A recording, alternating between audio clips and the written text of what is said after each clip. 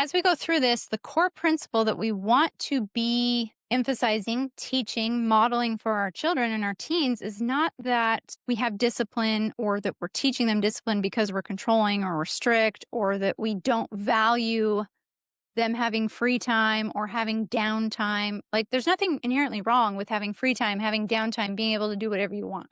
There's nothing wrong with that. But what we do need to emphasize is that discipline is developed by doing the necessary things first. And that's what we want to teach our kids. We want to teach them to do the necessary things first so that then on their own, they get up in the morning and they start doing the things they need to do. And I can tell you on their own, because we have been doing this for so long, all of my children, even down to my 9-year-old, get up in the morning and they do the things they're supposed to do on their own with no help from me. They're making their bed. They're getting dressed. They're brushing their teeth. They're fixing their hair. They're getting some food. They're picking up their room. They're doing their laundry. They are starting their studies. All of this happens while I'm doing my own morning routine, while I'm doing my own stuff.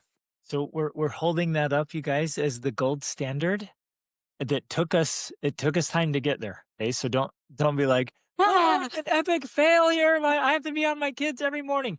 We reminded them for a long time, but we did it. And we created the systems. And so now we literally don't have to say a thing. Our kids get up and they have beautiful, healthy morning routines that they all do on their own, while Rachel and I do our beautiful, healthy morning routines. So it is 100% possible. And that's what we're teaching you today. Yes.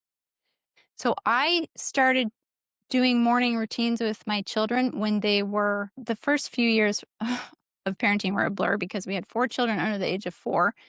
But I think probably by the time my oldest was 9, she was starting, and then probably my son just below him to start doing their own morning routines.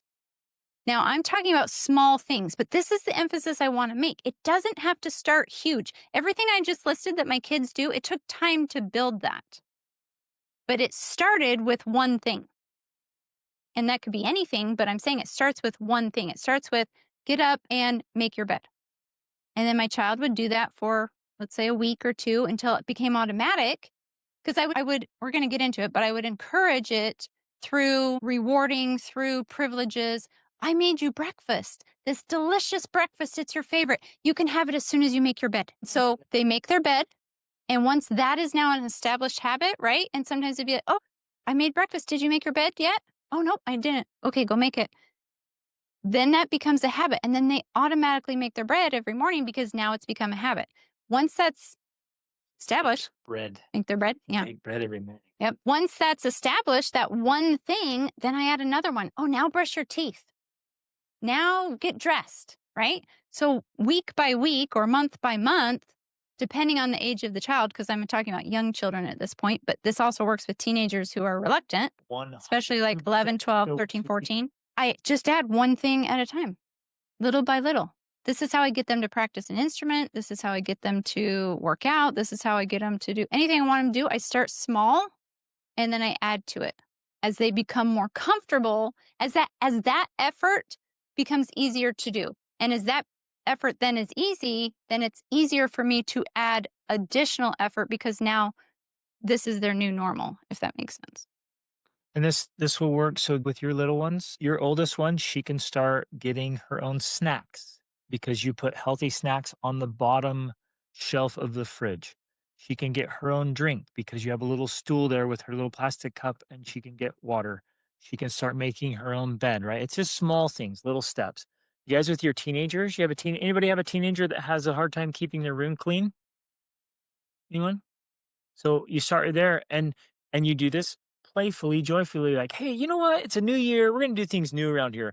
I will continue to feed you. Do you like food? I'll continue to feed you, but you got to clean up your room. So Well, starting and I would even tomorrow or starting next week, when your room's clean, you get to eat. If your room's not clean, no food. And it's again with a smile, pleasant, it's fun, but you're like, I'm not just gonna feed you and support you so you can be a slob. And I even start small and with teenagers. I won't start with clean your whole room. I'll be like, you know what? I think at the very least, you could make your bed before Okay. breakfast. I made you this breakfast, right? And I'll often go to that effort of making a breakfast to help this system get in place because I don't always make breakfast every single day. But if I'm trying to implement a new system, I'll make breakfast and I'll be like, guys, I made this amazing breakfast. Everyone who makes their bed gets to have it. And they run off to make their beds, right?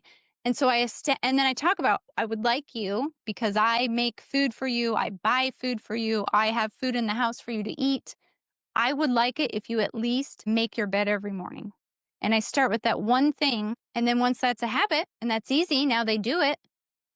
You know what, guys? I would really love it if you also pick up your clothes off the floor. Little by little, I keep adding more to it.